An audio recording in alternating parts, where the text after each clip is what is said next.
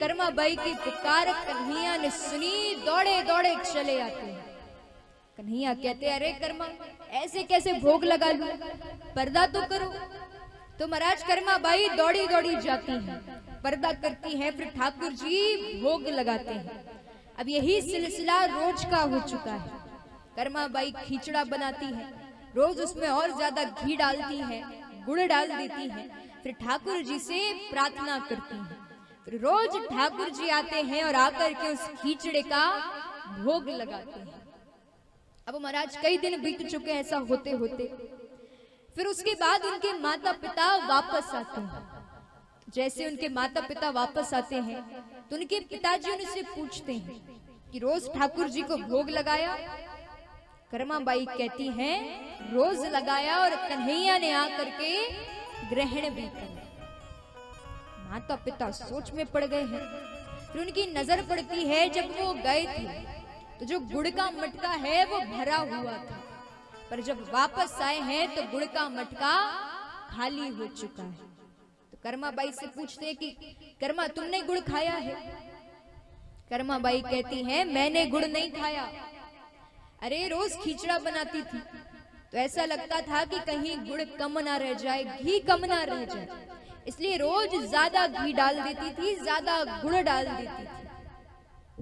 अब जैसे ये माता पिता ने सुना तो आश्चर्यचकित थे। सोच रहे हैं कि जिनके लिए हम पुष्कर स्नान करने गए उनको कर्मा रोज भोग लगा रही है। पर मन में बात भी आती है, छोटी सी है, कहीं झूठ तो नहीं बोल रही। तो मनी मन सोचते हैं कि शायद कर्मा ने ही सारा गुड़ खा लिया है। कर्मा बाई कहती है, नहीं पिताजी, मैंने गुड़ नहीं ग्रहण करा है। यदि आपको विश्वास नहीं होता है तो कल देख लेना, कल फिर कन्हैया आएंगे और भोग लगाएंगे। तब महाराज कहते हैं ठीक है। अब दूसरे दिन फिर से कर्मा बाई जल्दी उठती है, खिचड़े का भोग तैयार करती है, ठाकुर जी को भोग लगाती है और अब कहती है कि कान्हा आज लाज बचा लो, क्योंकि आज मेरे सत्य की लाज बचाना जरूरी है। तब महाराज कर्मा बाई बार बार पुकार लगाती है।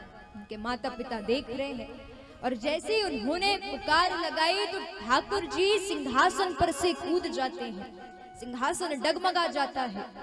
अब दौड़े दौड़े भागते हैं कर्मा बाई के द्वार। अब देखते हैं उनके माता पिता कि ठाकुर जी दौड़े दौड़े आ रहे हैं, फिर कर्मा बाई उन्हें खिचड़ा खिला रही है। माता पिता देखते रह गए, कितनी ज्यादा भक्ति। अरे जिनके लिए हम यहाँ वहां भटक रहे हैं, कर्मा रोज उन्हें भोग लगा रही है। तब महाराज इसके बाद से कर्मा बाई बहुत प्रसिद्ध हो गई थी। फिर जब उनका अंत समय निकट आता है, बुजुर्ग हो चुकी हैं, तो वो जगन्नाथपुरी में जाकर के रहने लगती हैं। फिर वहीं पर रोज ठाकुर जी के लिए खिचड़ा बनाती हैं और ठाकुर जी आकर के उस खिचड़े को ग्रहण करते हैं। और महाराज आज भी वहां पर खिचड़े का भोग लगाया जाता है। तो मतलब आप कोशिश तो कीजिए, आप ईश्वर को एक बार पुकार कर तो देखिए प्रेम से, क्योंकि देखिए वो भाव के भूखे हैं, उन्हें छल कपट नहीं भाता। आप भाव से उन्हें भजोगे तो अपने आप वो आपको प्राप्त होगा।